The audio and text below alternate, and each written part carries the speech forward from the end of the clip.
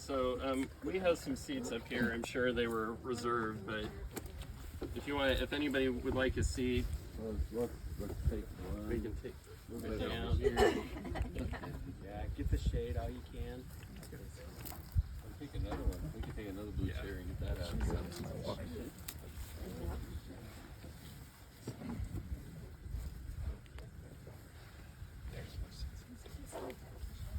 Well, thank you for everybody coming out this morning.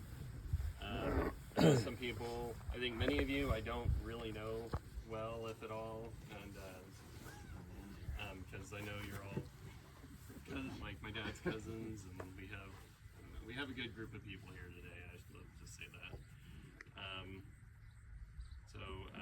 You know, as everybody knows, my father passed away last year, and we purposely decided to have his burial here today because we knew that, you know, we would have a lot more family here in town. I think many are going to a reunion this evening, so I wish I were a much more eloquent speaker, but what I've opted to do this morning is have something informal. I know a lot of people have stories that they can share about my dad or memories that they'd like to share. And so if you have anything that you like to share before we bury my father this morning, I'd appreciate it, because I think I haven't been able to spend a lot of time with family. I don't get to hear a lot of these stories of, maybe when he was younger, or maybe, I know just anecdotal stuff is what I don't often get to hear, but I think my dad would have loved to be here, like, visiting with everybody, but, so I think he very much appreciates everybody being here today. So I guess I'll turn the time over to anybody who would like to share a few words about my father.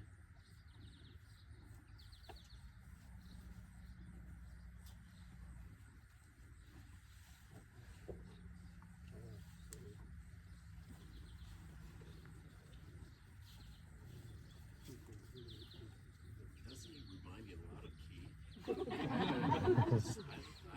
I see Nate, I see Keith all over again. Anyway, thank you so much, everyone, for being here. I'm Terry. I'm Keith's youngest brother, and so memories of Keith. So one of the things that comes to my mind immediately about Keith is how much he thought of his family and all of you, and it was. Just turning that Oh, scary. okay. Right now. Okay, can you hear me now? Anyway, he thought so much of his family, and Sorry. it's okay. So he loved being around his family. He loved coming to Preston. I mean, this is, of course, where he wanted to be buried, and his family history was everything. For whatever the reason was, he was always drawn to his family, and that always comes to my mind about Keith. The other thing that I think about with Keith is like how kind he was, and he loved animals, and that was just, the two went together. He was so kind to people, so kind to animals, and he was such a good guy. But anyway, have very fond memories of him, and trying to think of one in particular a story I could tell you. So when we were in El Monte, Keith was going to Pasadena City College, and he played in the Rose Parade, or he's getting ready to play in the Rose Parade one day. Better make sure that they know he wasn't playing football. Oh, that's such a good point. He was in the band. So at Pasadena City College, they had the opportunity of being able to be in the Rose Parade. So he's getting ready to go and play in the Rose Parade. It's a good point.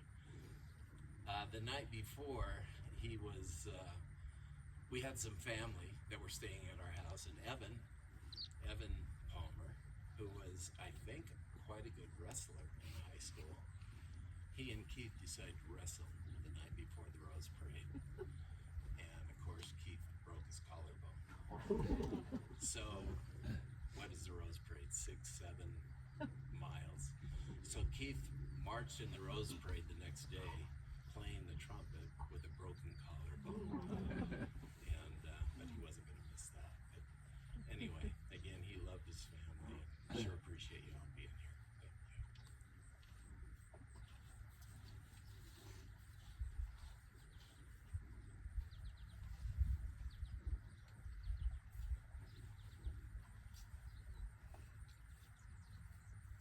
I'm Mike. I'm one of his other brothers, and no, this is not a Cheech and Mary and Montalar.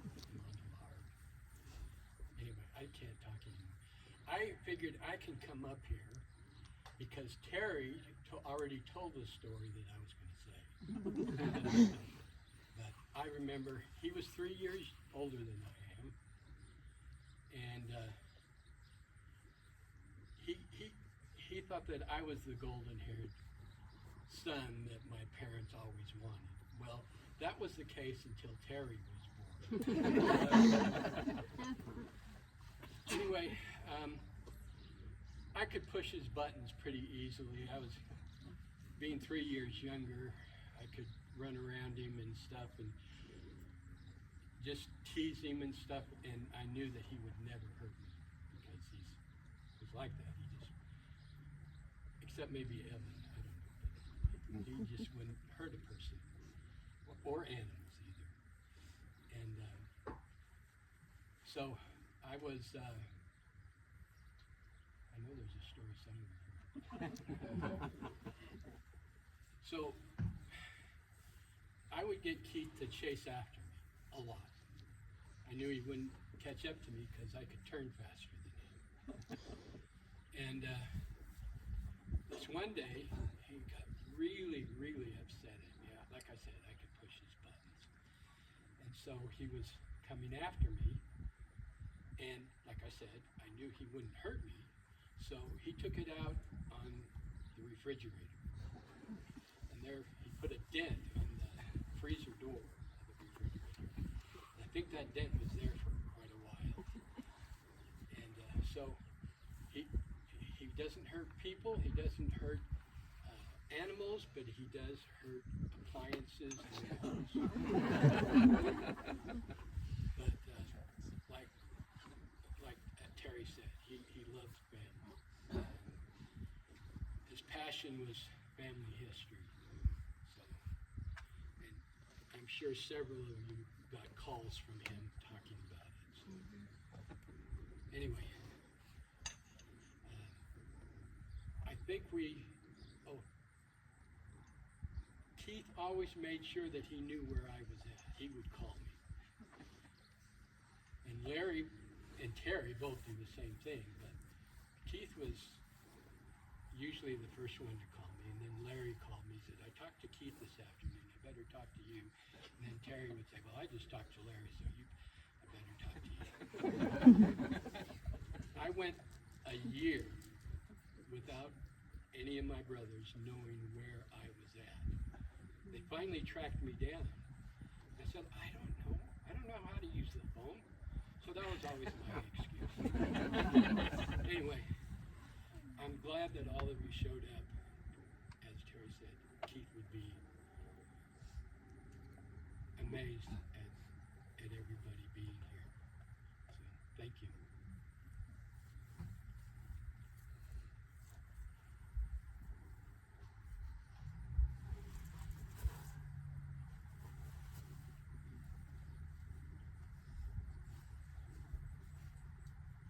So I'm Patty, one of the cousins, but I feel more like a sister to the Goulds. The Goulds lived in El Monte, California, and I was in San Diego, and our families got together often, if not every weekend, every few weekends. So Keith was like a brother, just like Terry and Mike and Larry. how important family was to Keith. He used to call my mom and dad every Sunday night. That was mainly after his mom and dad were both gone, but he kept in touch with my mom and dad. And then when my mom and dad were gone, he called me. He'd call me almost every Sunday night. And I still have on my phone a recording of the last time he called me, which was just a couple of days before he passed. And he said, they've got me in the hospital, but I don't know why. And I was actually out of the country at the time, so I didn't even get to talk to him. But I treasure that last phone call. And I'm grateful for the family that we have, for the cousins that are here today, for all of Keith's kids that came. Keith would have given anything to be at every Palmer family reunion. He would always call and say, now, when is it? I think maybe I could make it this time. And he did a time or two, but not very often. But I know he always wanted to be here. Just like everyone else has said, family was so important to him. And I'm grateful for that. I'm grateful for all of our family relationships, and again for all of you that could be here today too.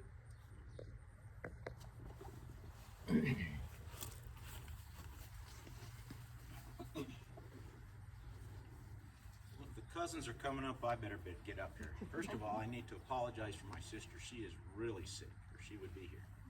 She was closer to Keith's age than I am. I'm the same age as Terry. One of the things I wanted to mention is a couple of days ago when we first got here, my reunion was Wednesday night. And so Thursday morning, Lonnie and I decided to walk around the metropolis of Preston a little bit.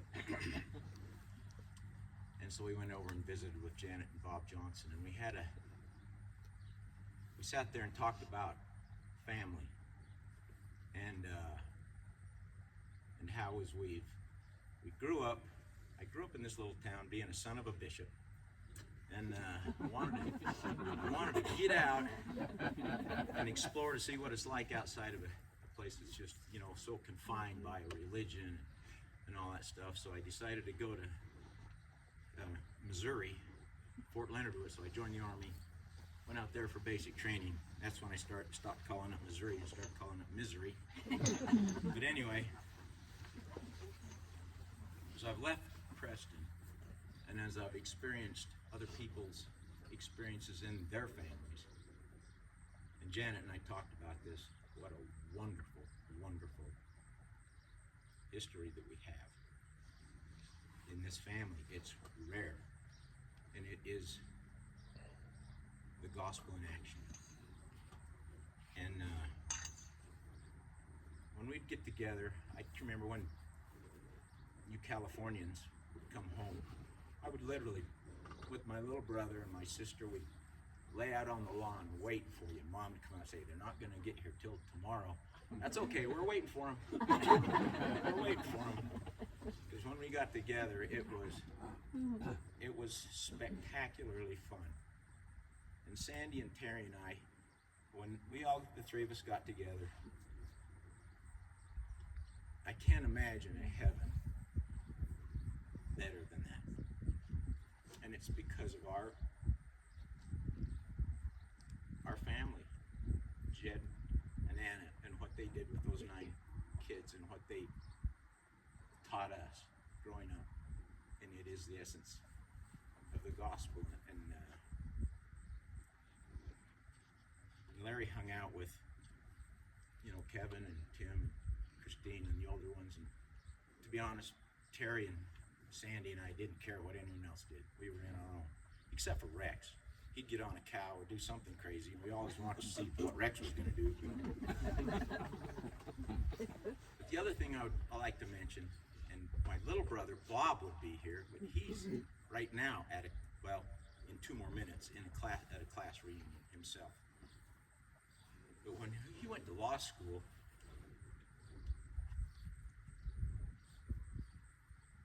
he felt like Mom was with him because Anna Mae was there. And so dear. And she epitomized my mother, as did Grace and Dorothy and every one of those people that were just like mothers to me. Whether we were going to Treasurton or wherever, we knew that we were at home. And I just want to emphasize how important and how much love we have one for another, even, you know, at this time in my life where I'm getting ready to die. I've gotten old, but I recognize the importance of a strong family, and I'm glad that Keith obviously has instilled that as well, even though he wasn't here. I wished he was here, but that's why he wished he was here, because we had a lot of fun when we got together, and that's why we are still having family reunions when, you know, a lot of families don't do that. But anyway, I just wanted to speak up for the Spence and Thorwin family and recognize how important the Goulds were in our family. The opportunity I had to dwell on this earth with them, because the timing and the fact that I came here is the greatest blessing God gave me.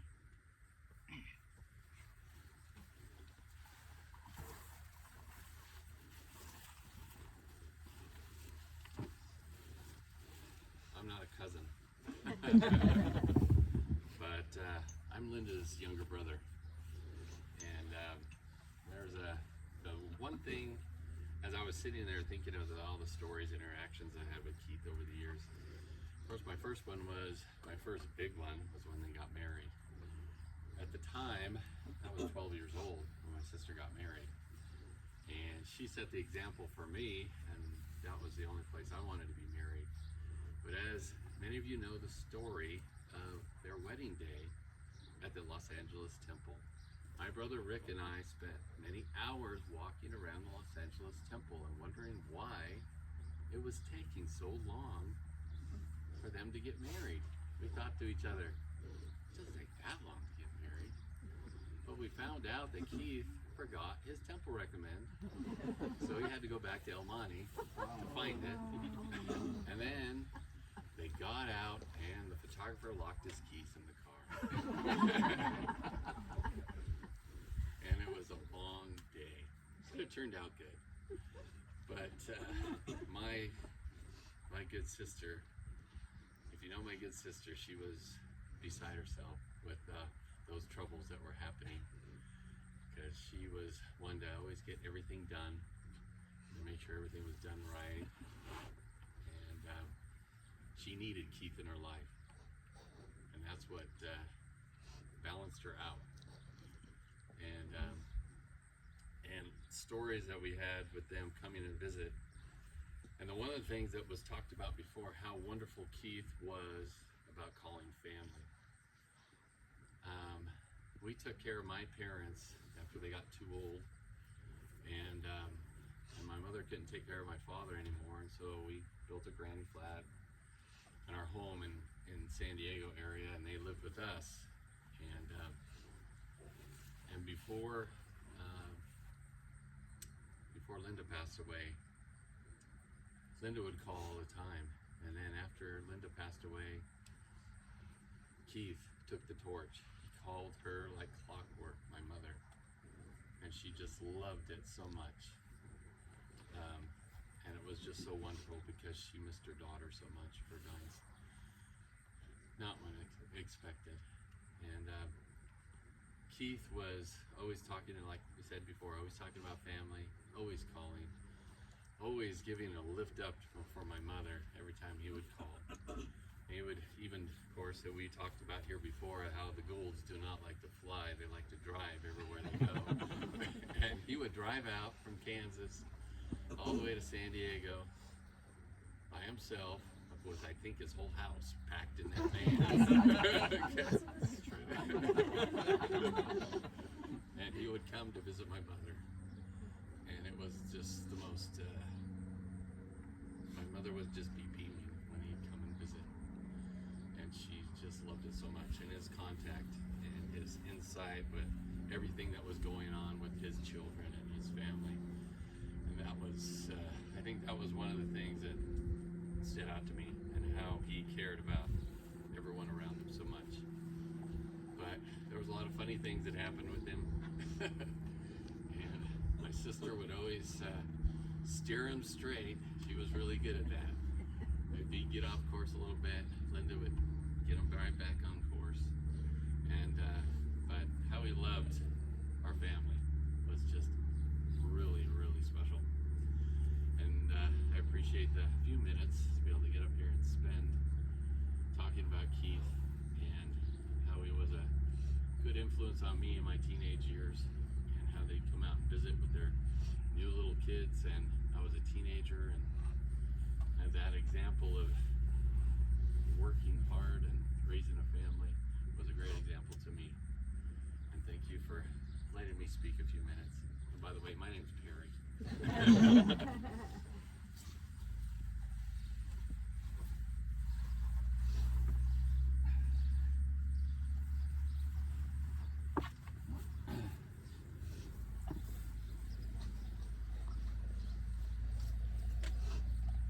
I am Barry, and one of the cousins of Keith. Keith and I felt a real connection because I was born on the 14th of May in 1950, and he was born on the 15th of May in 1950. So we were always paired together whenever we were near each other. I've been trying to think of some specific examples of some times we spent together. But the thing about Keith is, when you were with Keith, you never got in trouble, so you don't remember it.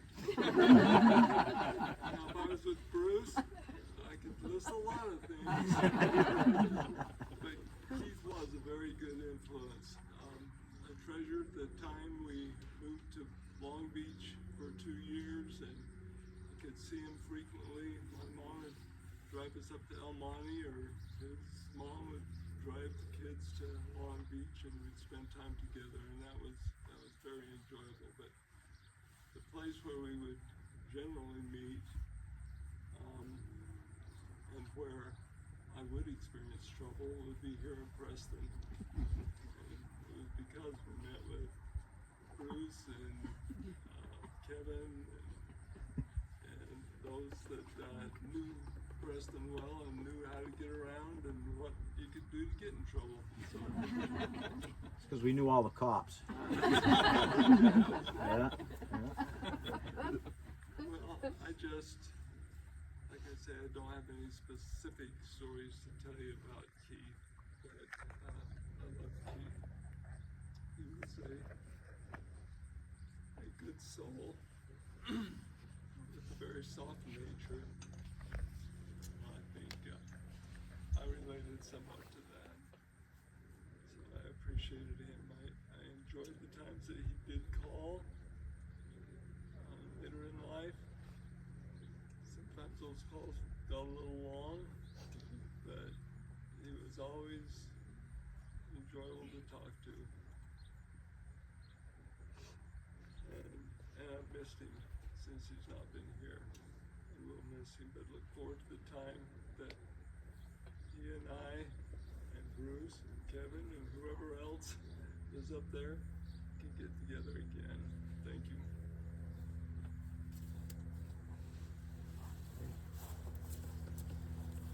A few of them up there too. Getting to be too many of them up there. Yeah, that's true. I know. Stop it.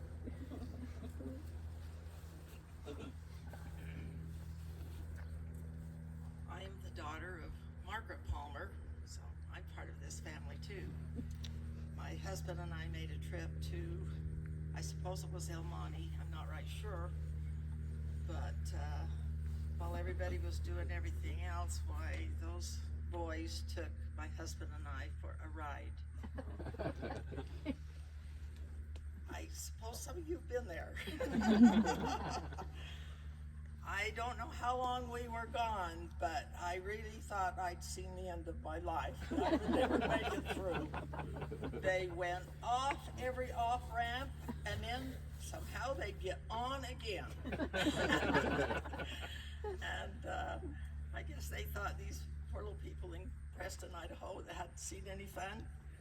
We had fun. It was something that I will never forget. But they were so cute. They were teenagers, and we almost were too. And when I think of El Monte, that's what I think of, is that fun ride. And those boys just, it was neat. It was neat, and we enjoyed it, and I remember them. Of course, we're family. We had a lot of times that we got together, but that one's one I lived through, but I didn't think I would.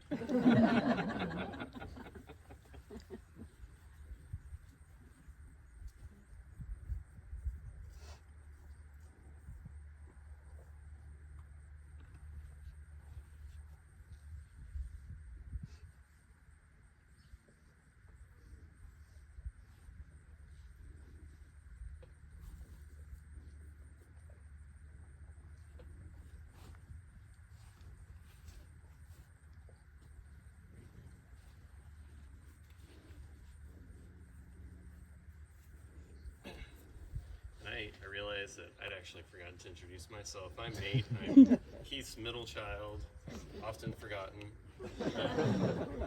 Not really. I was trying to think if there was anything else that I could share about my dad. We actually had a lot of experiences. My dad, one of the things that I think he'd always kind of regretted is that he wasn't much of a traveler. I think he'd always talked about wanting to go places and do things, and just, to be honest, I think, my mom was often the one who pushed him to kind of get things across the finish line, and,